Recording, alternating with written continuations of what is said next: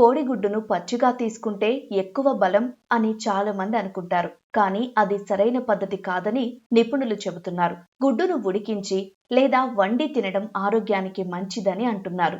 మరి పచ్చిగుడ్డు తినడం వల్ల కలిగే ఇబ్బందులు, ఒకవేళ డైట్లో పచ్చిగుడ్లు తినాల్సిందే అనుకుంటే ఎలాంటి జాగ్రత్తలు తీసుకోవాలి అనే విషయాలను ఇప్పుడు చూద్దాం.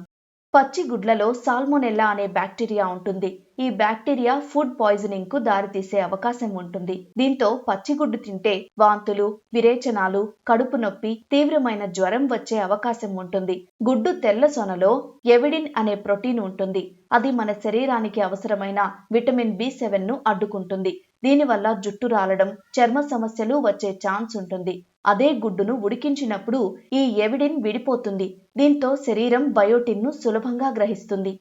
పచ్చిగుడ్డులో ట్రిప్సిన్ అనే ఎంజైమ్ కూడా శరీరానికి మంచిది కాదు. దీనివల్ల గుడ్డులోని ప్రోటీన్ శరీరానికి సరిగ్గా అందదు. ఉడికించడం, వండటం వల్ల ఈ ట్రిప్సిన్ అడ్డంకి తొలగిపోయి గుడ్డులోని ప్రోటీన్ శరీరానికి పూర్తిగా అందుతుంది. పచ్చిగుడ్డు తినడం వల్ల అందులోని సుమారు 50% ప్రోటీన్ మాత్రమే శరీరానికి అందుతుంది. అదే ఉడికించిన గుడ్డుతో 90% వరకు ప్రోటీన్ పొందవచ్చని నిపుణులు చెబుతున్నారు. ముఖ్యంగా గర్భిణులు, చిన్నపిల్లలు, 60 ఏళ్లు పైబడిన వారు గుడ్లను పచ్చిగా తీసుకోవద్దని అంటున్నారు. ఒకవేళ పచ్చి గుడ్లను డైట్లో చేర్చుకోవాలనుకుంటే పాస్చరైజ్డ్ ఎగ్స్ తీసుకోవడం మంచిది. వీటిని ప్రత్యేక పద్ధతిలో వేడి చేయడం ద్వారా అందులోని బ్యాక్టీరియాను చంపేస్తారు తయారీదారులు. అవి పచ్చిగా తిన్నా కొంతవరకు సురక్షితం.